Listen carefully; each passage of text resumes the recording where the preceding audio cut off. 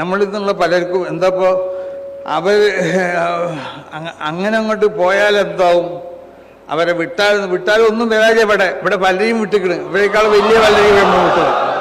എന്നിട്ട് ഇവിടെ എന്തെങ്കിലും സംഭവിച്ചോ? ഒന്നും സംഭവിക്കൂല. അപ്പോൾ വിടാൻ പറ്റുമോ എന്താ നമ്മൾ വിടാൻ പറ്റില്ല എന്ന് വിചാരിച്ച് 3 വർഷമായി, ഇപ്പോൾ 3-4 വർഷമായി സമസ്ത കേരള ജംഇയ്യത്തുൽ ഉലമയുടെ പല മുശാവറ യോഗങ്ങളും സ്പെഷ്യലായി കൊണ്ട് വിളിച്ചു ചേർത്ത ഒരുപാട് മുശാവറ യോഗങ്ങൾ.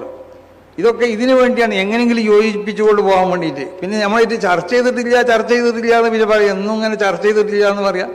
സമസ്ത കേരള ജംഇയ്യത്തുൽ ഉലമ ഒരു ആശയ വിശദീകരണ സമ്മേളനം ഇവിടെ നടത്തുമ്പോൾ അപ്പം അതിൻ്റെ മുമ്പായിട്ട് വരിക ചർച്ച ചെയ്തിട്ടില്ല അല്ലെങ്കിൽ ആരെങ്കിലും നമ്മളിവിടെ ഇപ്പോൾ നമ്മളെ പ്രസംഗത്തിന് ആരെങ്കിലും നമ്മൾ തെറി പറഞ്ഞു, അല്ലെങ്കിൽ ആരെങ്കിലും ഇറച്ചി തിന്നാൻ വേണ്ടി സംഘടിപ്പിക്കപ്പെടുന്ന യോഗമാണ് ഇത്. ആരും ഇറച്ചി തിന്ന് നമുക്ക് വേണ്ടല്ലോ, ഇപ്പോൾ ഇറച്ചി ആർക്കും വേണ്ടാത്ത കാലഘട്ടം. പിന്നിപ്പോൾ ഈ പറയപ്പെടുന്ന ആരെങ്കിലും മാംസം ഇവിടെ കഴിക്കണം. അപ്പം ഇത് ഒരാൾ മാംസം കഴിക്കാൻ വേണ്ടി ഒന്നും സംഘടിപ്പിക്കപ്പെട്ടതാണ്. സമസ്ത കേരള ജംഇയ്യത്തുൽ ഉലമ മിണ്ടാതിരുന്നപ്പോൾ നമ്മളെ അണികൾക്ക് തന്നെ തോന്നിയിട്ടുണ്ട്, നമ്മളെ ഉസ്താദ് എന്തെങ്കിലും എന്താ ഒരു തകരാറ്, അത്ര വലിയ തകരാറൊന്നും ഇല്ല എന്നുള്ളൊരു തോന്നല്. തുറന്ന് പറഞ്ഞ് വഷളാക്കണ്ടെന്ന് വിചാരിച്ചിട്ട് പറയാതൊക്കെയാണ്. അപ്പോൾ സമസ്ത കേരള ജംഇയ്യത്തുൽ ഉലമയുടെ ആശയ ആദർശങ്ങളോടും മാത്രം ചോദിച്ചാൽ പോലെ സമസ്ത കേരള ഇവിടെ ഏറ്റവും വലിയ പ്രശ്നം ഉണ്ടായതെന്ന് പറഞ്ഞാൽ എപ്പോഴാണെന്ന് അറിയോ? ഈ പറയപ്പെടുന്ന വിഭാഗത്തിനിക്ക് ഒരു ഭരണഘടന ഉണ്ട്. ആ ഭരണഘടനയിലുള്ള ഒരു വകുപ്പിൽ സമസ്ത കേരള ജംഇയ്യത്തുൽ ഉലമയുടെ ഉപദേശങ്ങളും നിർദ്ദേശങ്ങളുമുണ്ട്.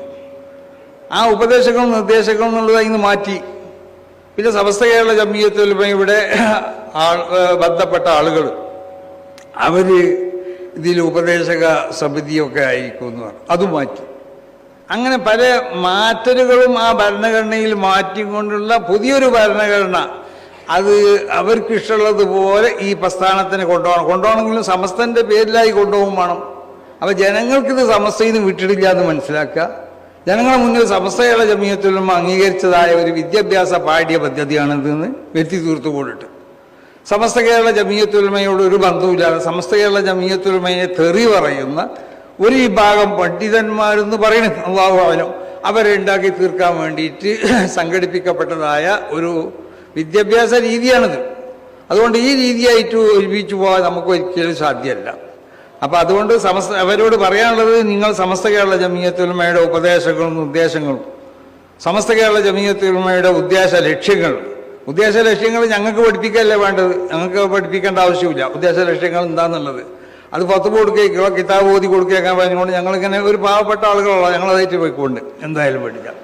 അപ്പോൾ അതൊക്കെ ആ നിലയ്ക്ക് ഇങ്ങോട്ട് പഠിപ്പിക്കാൻ ആരും വരുന്ന സമസ്ത കേരള ജംഇയ്യത്തുൽ ഉലമയുടെ ഓരോ മുശാവറ മെമ്പർമാരും സമസ്ത കേരള ജംഇയ്യത്തുൽ ഉലമയുടെ ഭരണഘടന ശരിക്കും പഠിച്ചുകൊണ്ടിട്ട് സമസ്ത കേരള ജംഇയ്യത്തുൽ ഉലമക്ക് വേണ്ടി പ്രവർത്തിക്കുകയാണ്. അതെല്ലാം മുൻഗാമികളാവുന്ന നമ്മളെ മഹത്തുക്കളാവുന്നതായ ഒരു മഹാന്മാരാവുന്ന അല്ലാഹുവിൻ്റെ അമ്പിയാ തുടങ്ങി മഹത്തുക്കളാവുന്നതായ സഹാബത്തു താബീങ്ങളും താബീങ്ങളും ഇവരൊക്കെ കാണിച്ചു തന്ന വഴിയാണ് നമുക്കുള്ളത്.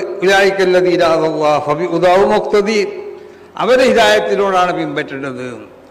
അപ്പം ആ ഒരു വഴിയിൽ കൂടി അവർക്കുള്ളതായ അവർ കാണിച്ചു തന്ന ആ മാർഗത്തിൽ പിൻപറ്റിക്കൊണ്ടിട്ട് മുസ്ലിം ലോകം ഇവിടെ അംഗീകരിച്ചു വരുന്ന ആചാരങ്ങളും അനുഷ്ഠാനങ്ങളൊക്കെ അതൊക്കെ അതിനെ പിന്നെ ആചരിച്ചുകൊണ്ടും അതിനനുഷ്ഠിച്ചു കൊണ്ടിട്ടും നബി സല്ലല്ലാഹു അലൈഹി വസല്ലം തങ്ങൾ സഹാബത്തിലേക്ക് പഠിപ്പിച്ചു കൊടുത്ത് സഹാബത്ത് താബീങ്ങൾക്ക് അങ്ങനെ പരമ്പരാഗതമായി കിട്ടിയതാണിത്. ഇത് പരമ്പരാഗതമായി കിട്ടിയതല്ലാതെ പറഞ്ഞത് ശരിയല്ല, ഇത് പരമ്പരാഗതമായി കിട്ടി.